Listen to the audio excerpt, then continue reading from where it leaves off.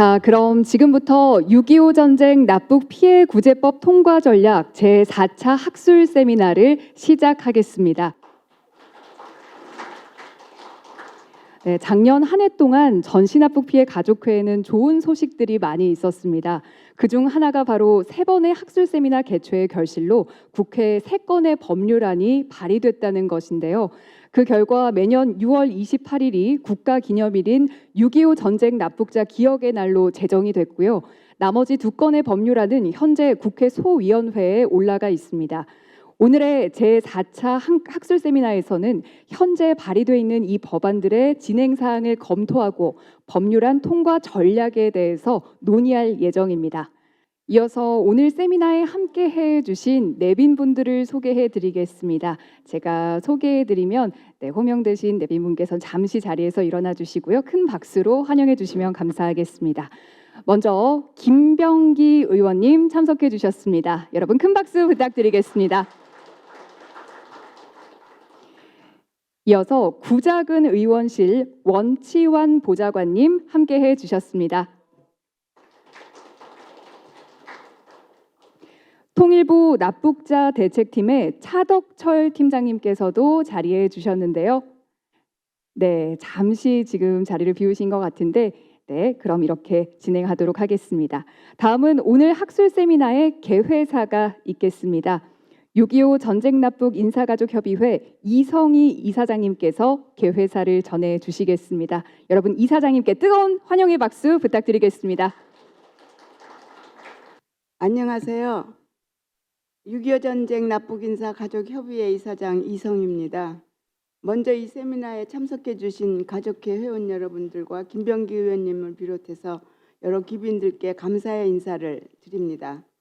본 가족회는 지난 2년 동안 세 차례에 걸쳐서 6.25 전쟁 납북 피해 가족들의 보상 및 지원책을 마련하기 위한 학술 세미나를 개최해 왔습니다.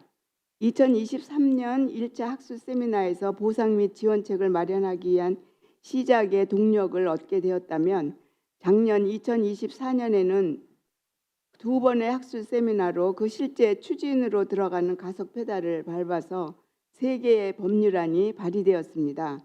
그중 하나 김기웅 의원 발의안으로 6.25 전쟁 납북자 기억의 날이 11월 28일 국회 본회의를 통과하여 12월 국가기념일로 제정 공포되는 성과를 얻게 되었습니다.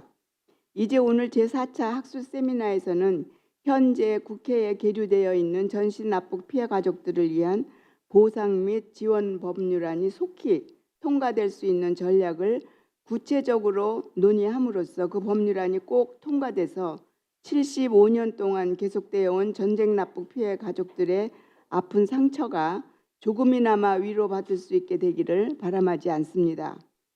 오늘 여기에 이 자리에 오기까지 밀어주신 김영호 통일부 장관님을 비롯해서 법률안을 발의해 주신 구작은, 김기웅, 김병기 국회의원님들께 감사의 말씀을 올립니다. 지금의 대한민국의 위상을 본다면 보상액을 논하기에는 국가적으로 사회적으로 여전히 합당치 않은 시기라는 논의는 제외되어야 한다고 생각되며 2010년 어렵게 통과된 6.25 전쟁 납북 피해 진상 규명 및 납북 피해자 명예 회복에 관한 법률안의 개정으로 하루속히 피해자 권리 구제가 이루어져야 함을 호소합니다. 왜냐하면 75년 동안 강제로 납북된 국민들의 생사 확인과 송환을 해오지 못한 정부, 그리고 그 가족들의 고통과 피해를 헤아려 주지 못한 정부의 책임을 묻지 않을 수 없습니다. 그리고 여타 전쟁 시기에 피해받은 국민들에 대한 구제책인 제주 4.3 사건과 같은 보상지원법을 비교한다면 국회의원 여러분들께도 그 형평성의 문제를 제기하지 않을 수 없습니다. 모쪼록 오늘 개최되는 이 4번째 세미나가 깊이 있는 학술 세미나로 저희 가족들이 바라는 보상지원법 제정이 꼭 결실을 맺을 수 있도록 사회자, 발제자, 토론자님들께 간곡히 부탁을 드립니다.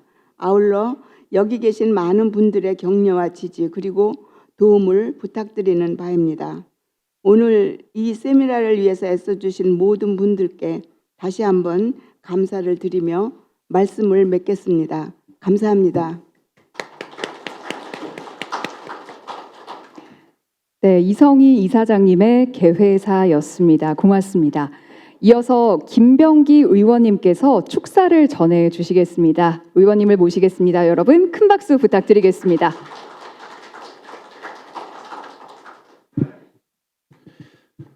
안녕하십니까. 국회의원 김병기입니다. 저는 27년간 국가정보원에서 근무했습니다. 많은 동료들이 임무를 수행하다가 실종됐거나 순직했고 지금 어디에 잠들어 있는지도 모르는 분들도 계십니다. 제가 근무하면서 가장 고통스러웠던 것은 제 동료들이 순직했을 때 그 순직을 전달하는 일이었습니다. 사망으로 인해서 그 직을 면함. 제가 직접 전달했습니다. 여기 저를 가르친 제 멘토이자 영웅이신 제가 정말로 존경하는 국장님의 사모님도 여기 와 계십니다. 그분한테 항상 듣고 제가 명심했던 내용 중에 하나는 그분들을 잊지 말라는 거였습니다.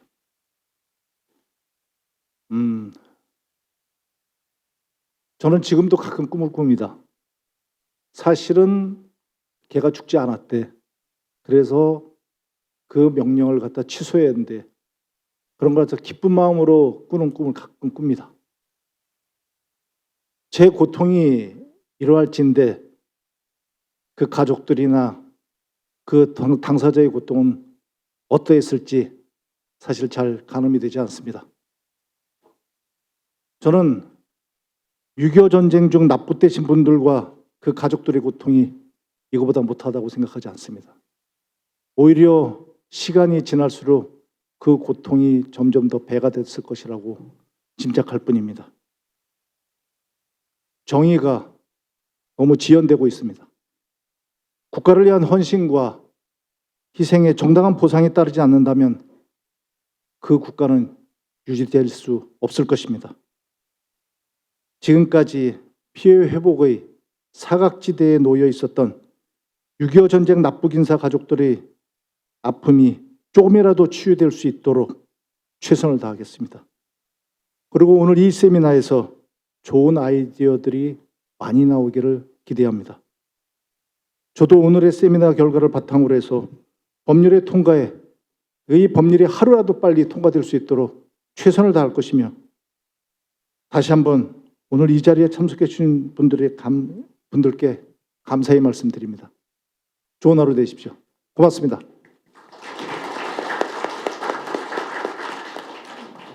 네, 김병기 의원님께서 진심이 가득 느껴지는 귀한 말씀 전해주셨습니다. 감사합니다. 통일부 김명호 장관님과도 구작은 의원님께서도 전해주신 축사가 있는데요. 책자 앞쪽에 보시면 축사 내용이 실려 있습니다. 세미나 진행되는 동안 여유가 있으실 때 이 축사 내용도 꼭 한번 읽어봐 주시면 감사하겠습니다. 자, 그럼 1세션 시작해 보도록 하겠습니다. 1세션의 주제는요, 6.25 전쟁 납북 피해 구제의 당위성, 다른 과거사 피해자와의 형평성 및 범죄 피해자 구조의 측면을 중심으로 라는 내용입니다. 전체 세미나를 진행해 주실 사회자를 먼저 소개해 드리겠습니다. 사회는 재성호 중앙대 법학전문대학원 명예교수님께서 맡아 주시겠습니다. 여러분 큰 박수 부탁드리겠습니다.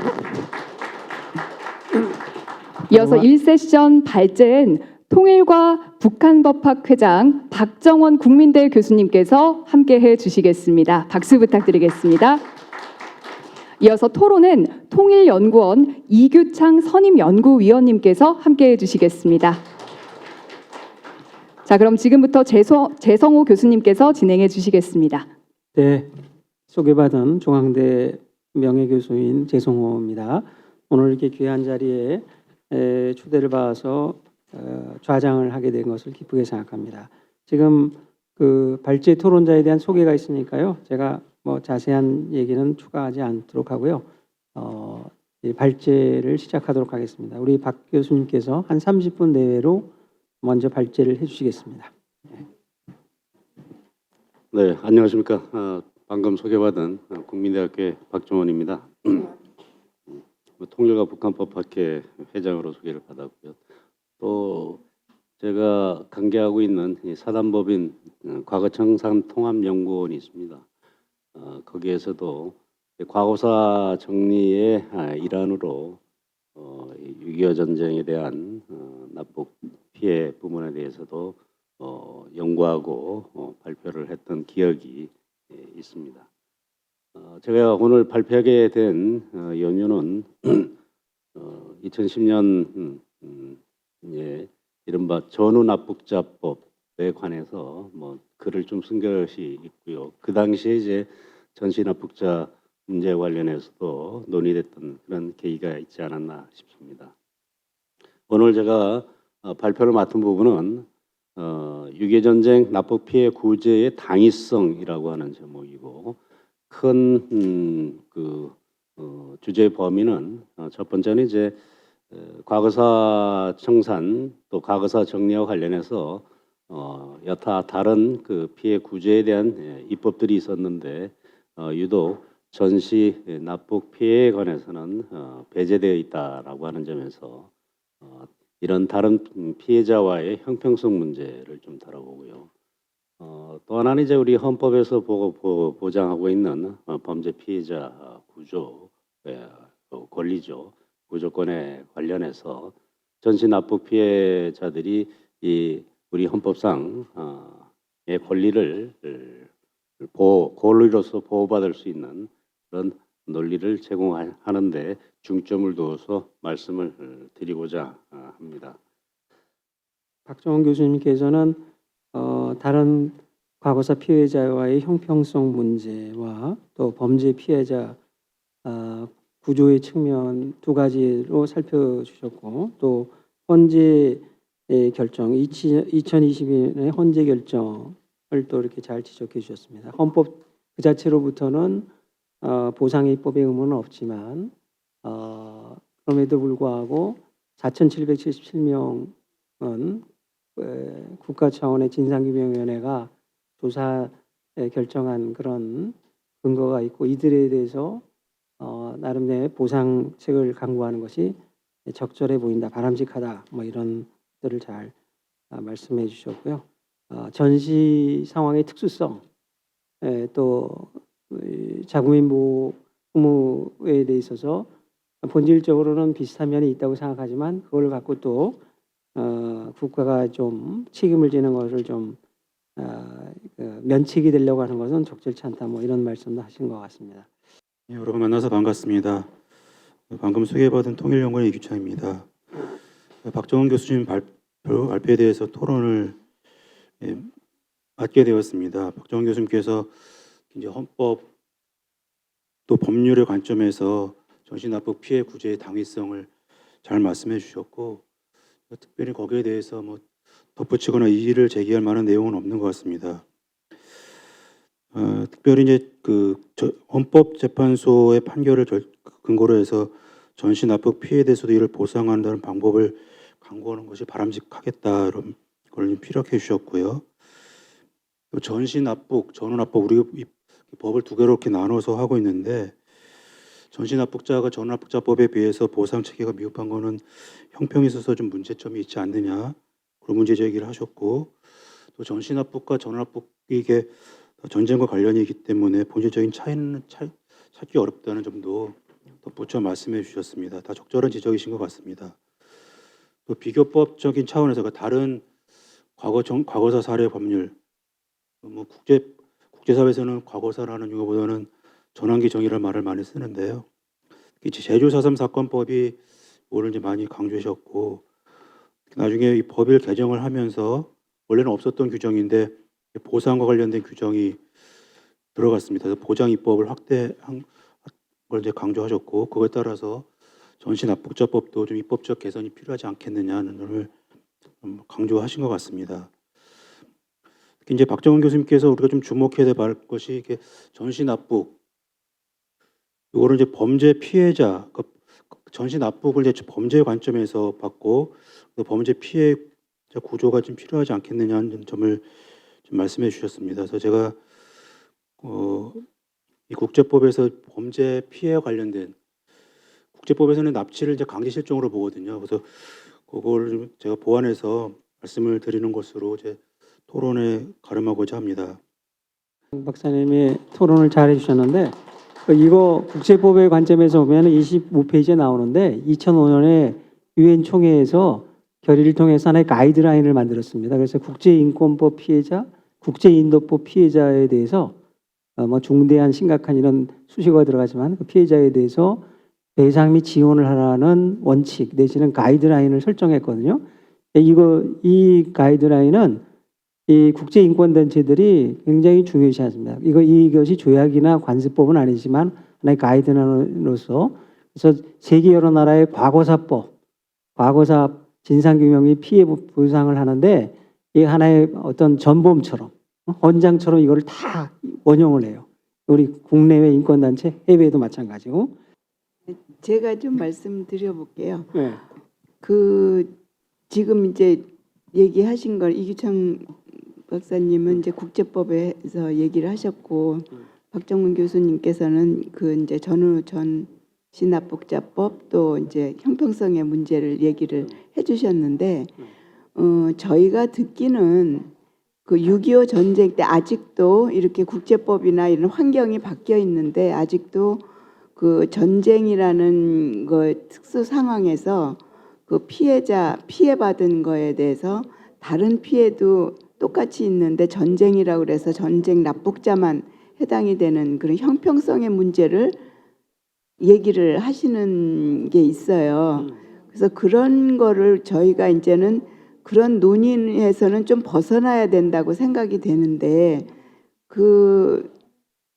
글쎄 그런 논의를 제기해 올 때 저희가 어떻게 이렇게 방어를 할 수 있는지 그런 거에 대해서 조금 말씀을 드려주시면 좋겠습니다.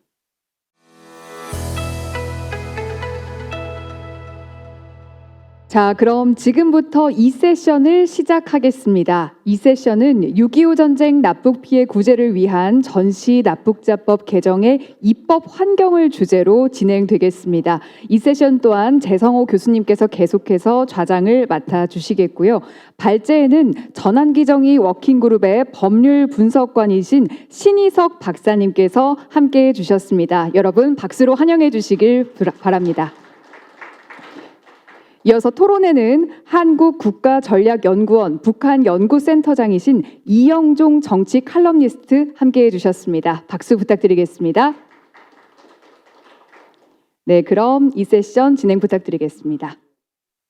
앞에 세션과 동일하게 우리 발제자는 한 30분 정도 해주시고 뭐 일찍 끝내셔도 됩니다. 그다음에 토론자에게는 10분 시간을 드리고 이어서 이제 플로어에 토론을 개방하도록 하겠습니다. 그럼 신희석 박사께 마이크 넘기겠습니다. 감사합니다, 교수님. 예, 방금 소개받은 신희석입니다. 앞서 이제 그 박정희 교수님 발표에 이어서 이제 입법 환경에 대해서 이제 그 발제를 할 텐데요. 사실 이게 뭐 거듭 반복된 얘기지만 70년 전에 있었던 사건에 대해서 이런 또 희생자가 한두 분도 아니고 굉장히 복잡한 이런 인권 침해 사건에 대해서 이런 보상 구제를 하는 것이 쉽지 않은 이제 그런 측면이 분명히 있습니다. 그럼에도 불구하고 늦은 감이 없지 않지만 어떻게 이걸 이제 입법을 실현할 수 있을지 이제 그런 맥락에서 좀 이제 오늘 좀 한 말씀 올리려 합니다. 예,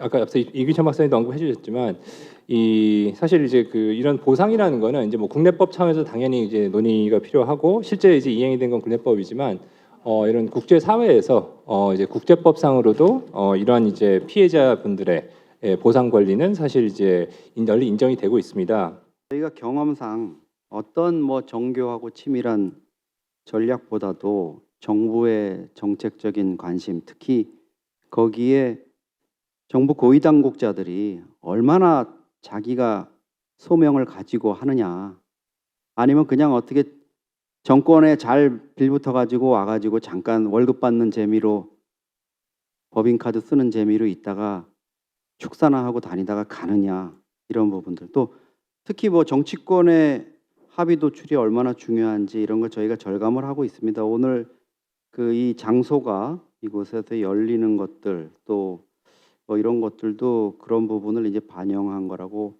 볼 수가 있겠습니다. 신희석 분석가님의 발제는 사실 6.25 납북 피해 구제를 위한 국제법적인 검토 우리가 그동안에 조금 이제 국내 문제에 매몰돼 있었는데 보상 법안의 구체적 법안 내용까지 이렇게 아우르면서 바람직한 정책 제안을 제시하고 계신 것 같습니다. 무엇보다도 이제 신희석 분석가님이 저는 평소에 보면서 이제 존경스러운 거는 정말 그 좋은 공부를 하시고 또 촉망받는 정말 뭐 돈벌이도 할 수 있고 사회적 명망도 얻을 수 있고 이런 그런 분이신데 이렇게 국내 북한 인권 문제라든가 또 납북 피해 이런 부분들에 대해서 이렇게 깊이 관심을 갖고 또 연구해 주시는 이런 점에 대해서 저는 개인적으로 되게 경의를 표하고 싶고요.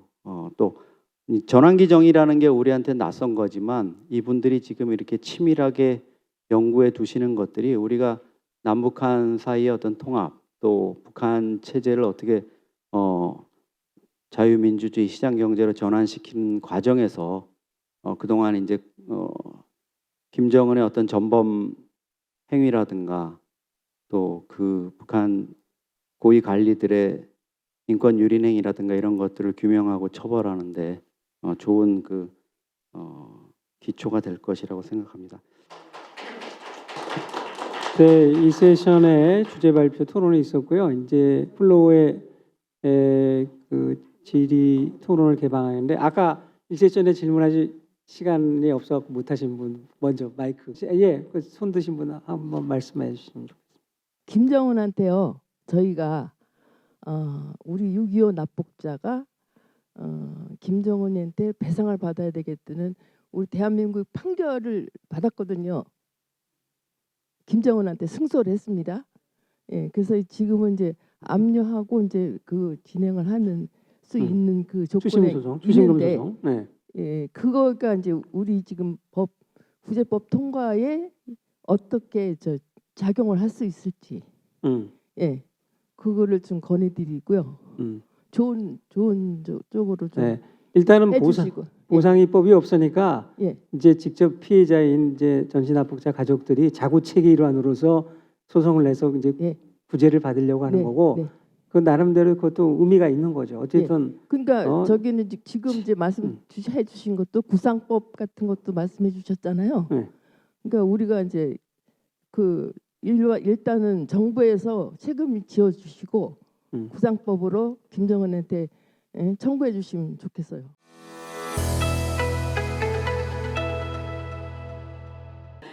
세 번째 세션의 주제는요. 6.25 전쟁 납북 피해 구제를 위한 전시 납북자법 개정 법률안 통과 전략입니다. 오늘 함께해 주실 발제자분을 먼저 소개해 드리겠습니다. 큰 박수로 환영해 주시면 감사하겠는데요. 네, 전 북한인권정보센터 소장이시자 법무법인 세인파트너스의 김홍기 변호사님께 다시 한번 큰 박수 부탁드리겠습니다. 네, 토론자로는 미국 워싱턴 DC의 변호사이시자 NANK의 대표이신 인지연 변호사님이십니다. 큰 박수 부탁드리겠습니다. 네, 그럼 지금부터 3세션 시작하겠습니다. 예, 반갑습니다. 저는 변호사고요, 직업이. 그래서 법률적인 그런 측면에서 주로 이렇게 세상을 봅니다. 그리고 이 납북자 문제에 대해서는 제가 제가 소개 한마디만 더 추가하면요. 북한인권정보센터 소장을 역임했을 뿐만 아니라 진실과 화해를 위한 과거사위원회의 위원이세요. 비상임위원. 그래서 오랫동안 활동해서 또 그거와 연결해서 또 설명을 해주실 거라고 생각합니다. 예. 예. 저는 진실과 화해를 위한 과거사 정리위원회 지금 비상임위원이지만 그 이전에 이 납북자 문제에 대해서 뭐 관심을 가지고 있었고 그 정부의 전후납북자위원회 심사위원회 거기 위원이었습니다. 그리고 그 또 심사분과 위원장도 제가 했었습니다. 그래서 그 전후납북자들이 어떻게 해서 심사를 받고 보상을 받았는지 이런 부분에 대해서 잘 알고 있고 또 6.25 납북자 같은 경우에는 제가 서울시 위원회에 심사위원을 했습니다. 그래서 6.25 납북자 문제도 제가 어느 정도 잘 알고 있습니다. 이 6.25 전쟁 납북 피해자 구제 문제가 왜 문제가 되냐 하면은 그 전후 납북자 같은 경우에는 자 일단은 종전 선언은 안 됐지만 휴전 협정이 체결되고 난 다음에 남북한 체제가 서로 들어서서 각자가 자신의 체제를 발전시키던 시대에 일어난 납북 사건입니다. 가해자는 북한이지만 그래서 평화 시기에 우리 국민이 북한 당국이나 그 군인들에 의해서 납치가 된 데는 대한민국 정부가 그거를 방지하지 못했다는 그런 가해자에 대한 가해자로서의 책임이 비교적 명확합니다. 그래서 전시 납북자보다 먼저 법도 제정이 됐고 보상도 할 수 있었던 겁니다. 전시 납북자의 경우에는 6.25 전쟁이라는 전시 상황이 발생을 했습니다. 침략군인 북한군이 남한으로 침략해서 자기네들이 남한 사람들을 죽이고 끌고 가고 해서 발생한 것이 납북 사건 아닙니까? 자, 그러면은 대한민국 정부가 그 납북 행위에 대해서 어떤 책임을 져야 되는지, 가해에 대해서 책임을 져야 하는지 이런 문제가 이 기본 바탕에 깔려 있는 겁니다. 가해자는 북한인데 왜 대한민국 정부가 보상을 해야 되느냐 하는 그 점에 있어서 가장 기본적으로 전후 납북자하고 전시 납북자가 갈라지는 겁니다. 그래서 전시 납북자 같은 경우에는 대한민국 정부가 침략 전쟁을 당했는데 또 거기에 북한군들이 들어와서 납북을 해갔는데 거기에 대한민국 정부가 어떤 공권력을 행사를 한 적이 있습니까? 없지요. 그러니까 대한민국 정부한테 우리가 피해를 봤으니까 보상을 해달라라고 우리가 얘기를 하더라도 대한민국 정부는 그거는 민사적인 불법행위 책임에 대해서 국가 배상 책임을 인정하기가 법률상으로 불가능하다. 지금까지의 태도는. 그래서 전후 납북자에 대해서는 보상 입법이 법이 제정될 때부터 들어가지 못했던 겁니다. 거기에 가장 중요한 키포인트가 있는 겁니다. 그래서 제가 지금 오늘 발표를 하고자 하는 것은 전시 납북자법에 보상이 들어가지 못한 그 이유가 뭔지 그 이유들을 살펴보고 그것을 극복할 수 있는 방안이 뭔지 그래서 전시 납북자법에 우리 납북자 가족들이 피해 보상을 받을 수 있는 이론적인 근거가 뭐고 법을 통과시키기 위해서는 어떠한 생각을 가지고 이 일을 추진을 해야 되는지 하는 것들을 말씀을 드리도록 하겠습니다. 네, 수고 많으셨습니다. 이어서 우리 인지연 변호사께서 토론해 주겠습니다. 예, 안녕하세요. 저는 NANK 대표 그리고 미국 워싱턴 DC 변호사입니다. NANK라고 약칭을 썼는데 북한 인권 개선과 자유 통일을 위한 모임 NANK입니다. 저는 우리가 너무나 많이 들었고 또한 또 우리의 이 상황을 너무 아프게 찌르는 한마디 말로 시작을 드리겠습니다. 이 자리에서도 나오는 말인데 지연된 정의는 정의가 아니다. 영국 정치인 글래드스턴이 한 말인데 피해 구제의 첫 원칙은 그 미 국무장관 헐 장관 말씀에서도 나왔던 것처럼 신속입니다. 신속. 근데 지금 해방 80년, 6.25 전쟁 발발 75년, 그리고 2025년 지금 우리가 여기 있습니다. 저는 김은기 변호사님의 발제문을 통해서 이렇게 이 규범적 측면뿐만 아니라 사실적 측면에 대해서 깊고도 세심한 통찰을 읽을 수 있었습니다. 그 중에서도 국가가, 대한민국 정부가 이 전시 납북자에 대한 보상을 회피라고도 할 수 있는 책임을 면하기 위해서 내세우는 우리가 가해 당사자가 아니지 않는가라는 것에 대해서 통렬하게 지적할 수 있는 이 연좌제로 인해서 전시 납북자가 대한민국 정부로부터 입었던 피해라는 이런 보상의 논리적 근거를 제시해 주신 부분에 대해서는 대단히 깊은 고찰에서 비롯된 것이라는 생각, 동의해서 깊은 감사의 말씀을 전하고 싶습니다. 아까 어떤 그 발제자님께서 말씀을 하셨지만은 오늘 이와 같은 자리에 통일부 장관이나 차관이나 이런 분들이 참석을 해서 이 문제가 얼마나 시급한 문제인가를 깨닫고 그분들이 나서면은 이 문제는 하루아침에 해결될 수 있다고 생각합니다. 어떤 법률적인 어떤 그런 뒷받침이 필요하면 국회에 찾아가서 이거는 해결해야 된다라고 하는 그런 그 요청을 하고 또 협조를 하고 이렇게 양해를 구하고 하면은 얼마든지 이 문제는 해결된다고 생각합니다. 우리 그 피해자분들 중에 제일 어릴 겁니다. 저는 유복자로 태어났습니다.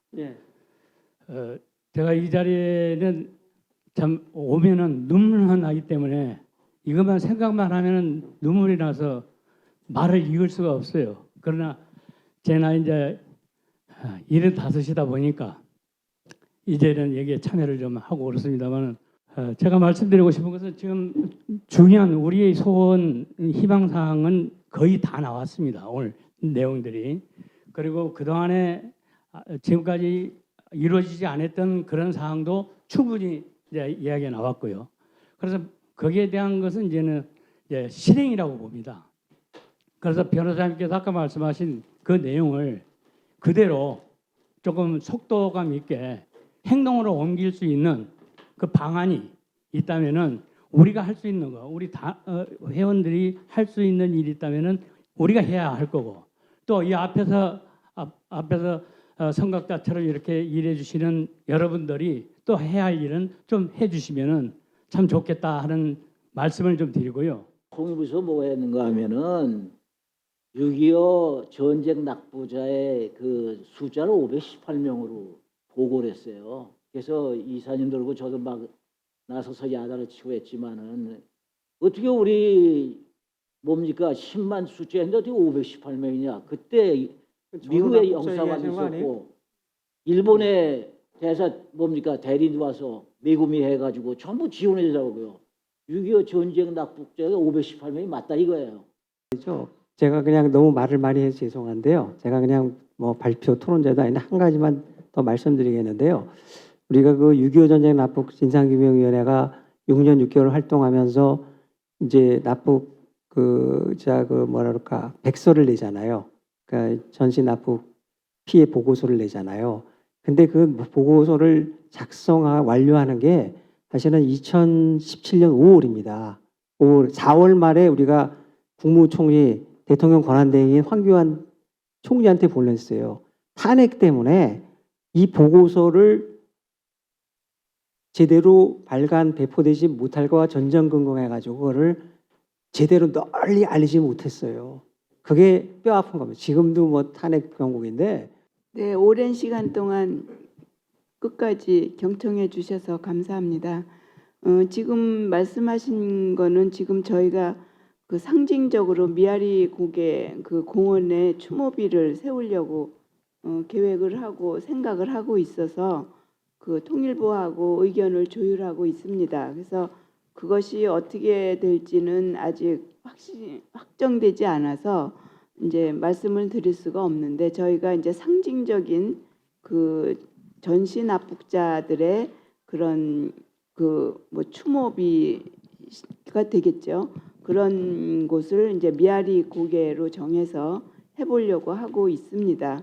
그래서 명예회복이라는 것이 지금 저희 납북자 기념관이 있기 때문에 기념관에 우리 그 인정받은 4,777명의 그 명패라든지 그런 그분들이 모셔져 있기 때문에 저희가 그 뭐 전적인 가족 원상 회복은 안 되지만 그 명예가 그 어느 정도 회복됐다는 거는 저희들이 그 인정할 수 있을 것 같습니다. 기념관으로 인해서.